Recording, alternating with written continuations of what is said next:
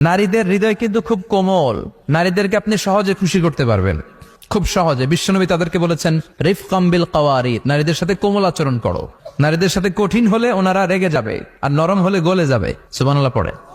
এজন্য কোমল আচরণ করবেন, নারীদের সাথে ভালো আচরণ করবেন। বিশ্বনবী বলতেন, আমি নারীদের পিতা, আমার কোন ছেলেকে আল্লাহ দুনিয়াতে বাঁচিয়ে রাখে নাই।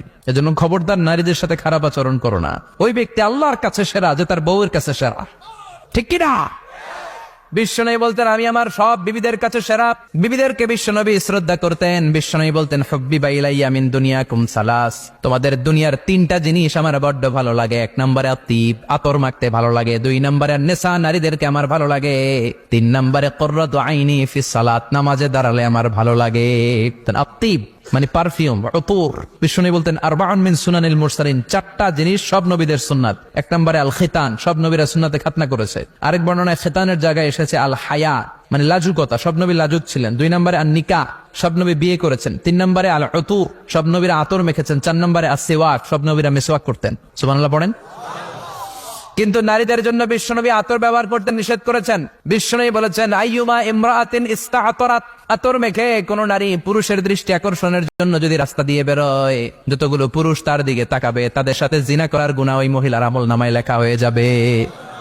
আমার বোনেরা, আমার মায়েরা, যাদের কানে আমার মাইকের আওয়াজ যাচ্ছে, খবরদার ঝাঁঝালো পারফিউম মেখে ঘর থেকে বেরোবেন না।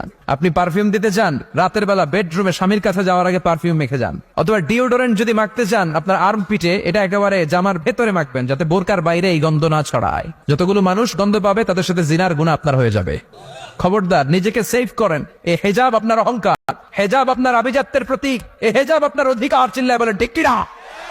নারীবাদী যারা করে, নারী আন্দোলনের কথা যারা বলে, নারী অধিকারের কথা যারা বলে, এরা নারীদেরকে ঠকায়। এরা নারীকে বানিয়েছে বিজ্ঞাপনের ভোগের পণ্য। এরা নারীদেরকে উলঙ্গ আর অশ্লীল ভাবে সিনেমার পর্দায় তুলে ধরেছে। নারীদেরকে সম্মান দিয়েছে তো ইসলাম, যখন নারীদের কোনো সম্মান ছিল না। বিশ্বনবী বলেছেন, দুনিয়া কুল্লুহা মাতা ওয়া খায়রু মাতাইদ দুনিয়াল মারআতু সালিহা, পৃথিবীতে যা দেখো চোখ দিয়ে সব সম্পদ, আর এই সব সম্পদের মধ্যে সবচেয়ে দামি সম্পদ হচ্ছে নেককার নারী। এদের পেটগুলোর বিশ্বনবী খনি বলেছে, খনি।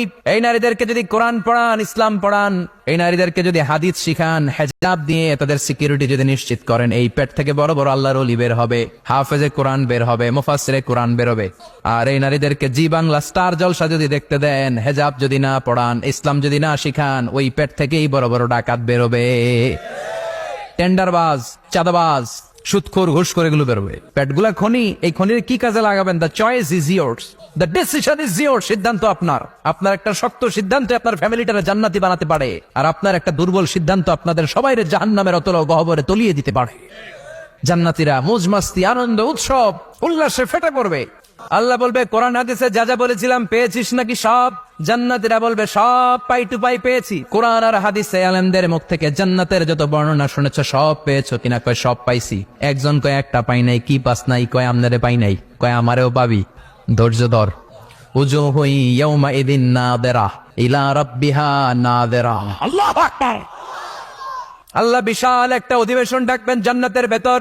বিশ্বনবী বলেন, বুখারীর বর্ণনা, ইন্নাকুম সাতারাউনা রাব্বাকুম আয়ানান কামা তারাউনা হাদাল কামার। পূর্ণিমার চাঁদের রাতে চাঁদটারে যত সুন্দর জলজলে দেখতে পাও, দুই চোখ দিয়ে আল্লাহরে তেমনি দেখতে পাবা। বিশাল এক অধিবেশন ডাকবে আল্লাহ। ওই অধিবেশনে লক্ষাধিক নবীরা বসবে। আগে সবার সামনের সিংহাসনে বসবে বিশ্বনবী, কামলিওয়ালা নবী, সবার সামনে সিংহাসনে, তার পেছনে সব নবীরা। এরপর আল্লাহর ওয়ালিরা, সোহাদারা, সালিহিনরা, সিদ্দিকিনরা, আল্লাহর প্রিয় বান্দারা, কোটি কোটি জান্নাতীরা বিশাল কনফারেন্স রুমের মধ্যে বসবে। আর আল্লাহ তাআলা তার নূরের পর্দার ভেতর থেকে নিজের নূরের তাজাল্লি দেখাবেন। আমরা বলে থাকি 70,000 নূরের পর্দা, এটা মাশহুরুন বাইনা আলসিনাতিন নাস, মানুষের মুখে মুখে প্রসিদ্ধ। এটা সহিহ হাদিসে নাই, বলা হয় 70,000। আল্লাহই ভালো জানে কয় হাজার। হাজার হাজার নূরের পর্দার পেছন থেকে আল্লাহ আওয়াজ করে বলবেন, রেডি হ, এখনই আমার গোপন বিষয় তোমাদেরকে দেখাবো। আজীবন নিজেকে আমি গোপন রেখেছি, আজ জান্নাতীদের কাছে আমি আল্লাহ নিজেকে প্রকাশ করে দেব। এখন প্রকাশ করবো, রেডি হও। বিশ্বনবী সহ লক্ষ নবীরা, মুমিনরা অ্যালার্ট, সবাই রেডি। আল্লাহ তাআলা এই রহস্যকে ভেদ করে ওনার নূরের সৌন্দর্য প্রকাশ করে দিবেন। লম্বা সময়ের জন্য না, 1 সেকেন্ডে ভাগ করলে 1000 ভাগ করলে 1 মাইক্রোসেকেন্ড, 1 মাইক্রোসেকেন্ডে 1000 কোটি বার ভাগ করলে হয় 1 ন্যানো সেকেন্ড। 1 সেকেন্ডের অনেক কম একটা নূরের ঝলক জান্নাতীদের সামনে প্রকাশ করেই আবার নাই, এক ঝলক দেখিয়ে আবার নাই। কিন্তু ওই যে এক ঝলক দেখেছে জান্নাতীরা, বিশ্বনবী সহ সব মুমিন বান্দারা নবীরা ওই ঝলকের দিকে তাকিয়ে থাকবে। কি যে দেখলাম, কি যে সুন্দর, কি যে অসাধারণ, সবাই তাকিয়ে থাকবে নূরের দিকে। সামনে কিন্তু নূর নাই, এক ঝলক দেখাইয়া দৌড়, আকর্ষণ লাগিয়ে নাই। সুবহানাল্লাহ কোন একটা ঝলক দেখিয়ে তিনি নাই, কিন্তু লক্ষ লক্ষ কোটি কোটি বছর মানুষ ওই ঝলকের দিকে এমনি পাগলের মতো তাকিয়ে থাকবে। সবার আগে হুঁশ ফিরবে বিশ্ব নবীর, তারপরে নবীদের, সলিহিনদের। এবার জান্নাতের হুর আর গেলমানরা এসে ডাকবে, আল্লাহর নূর দেখলেই কি চলবে নাকি? আমাদের হক আছে, আমাদেরকেও সময় দেন, জান্নাতের সব নাজ নেয়ামত ভোগ করেন। সুবহানাল্লাহ।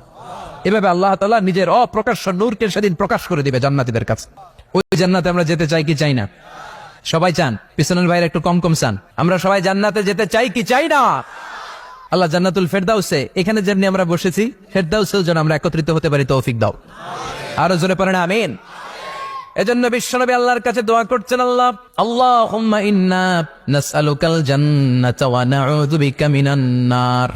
ও আল্লাহ, আপনার কাছে আমরা জান্নাত চাই, জাহান্নাম থেকে পানাহ চাই, কারণ জাহান্নামের কষ্ট আমরা সহ্য করতে পারবো না। আমরা জাহান্নামে যেতে চাই না।